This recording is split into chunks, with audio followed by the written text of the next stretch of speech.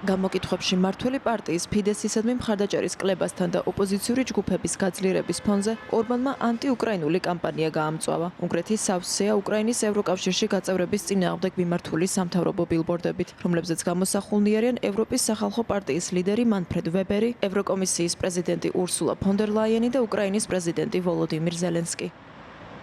შესაბამისი ანალიზის საფუძველზე ჩვენი პოლიტიკური პოზიციაა, რომ უკრაინის მხარდაჭერა ომში და შემდგომში მისი ევროკავშირში გაწევრების პროცესის მხარდაჭერა უნგრეთის ინტერესებს ეწინააღმდეგება. ჩვენ გვაქვს უფლება მივიღოთ ეს გადაწყვეტილება, მიუხედავად იმისა, რომ ბატონმა ვებერმა ევროპარლამენტში განაცხადა, რომ უკრაინელებს ევროკავშირში გაწევრების უფლება აქვთ. ეს შეცდომაა.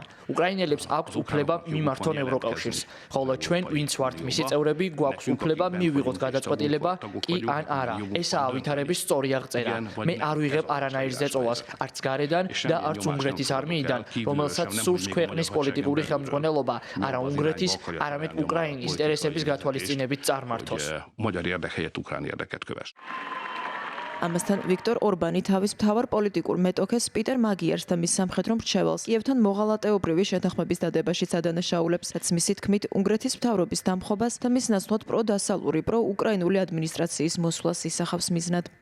ორბანი, რომელიც ევროკავშირში რუსეთის პრეზიდენტის ვლადიმირ პუტინის უახლოეს მოკავშირედ მიიჩნევა, ამბობს, რომ ბრიუსელი და კიევი ერთობლივად ამზადებენ მარიონეტულ მთავრობას უნგრეთში, რათა მომდევნო არჩევნების შემდეგ შეცვალონ ქვეყნის პოლიტიკა უკრაინის მიმართ. უნგრეთის ოპოზიციურ პარტიებს უკრაინული კავშირები აქვთ და უკრაინელებს შეუძლიათ მათი გავლით უნგრეთის პოლიტიკურ ცხოვრებაში ჩაერთონ. ეს პრობლემაა და მომავალში ამას უნდა გავუმკლავდეთ. როგორც ზოგი ექსპერტი აფასებს, ორბანის ანტიუკრაინული კამპანიის მთავარი საყრდენი იმის მტკიცებაა, რომ ქვეყნის ევროკავშირში გაწევრება უნგრელების ფრონტის ხაზებზე რუსეთთან ბრძოლის იძულების ტოლფასია.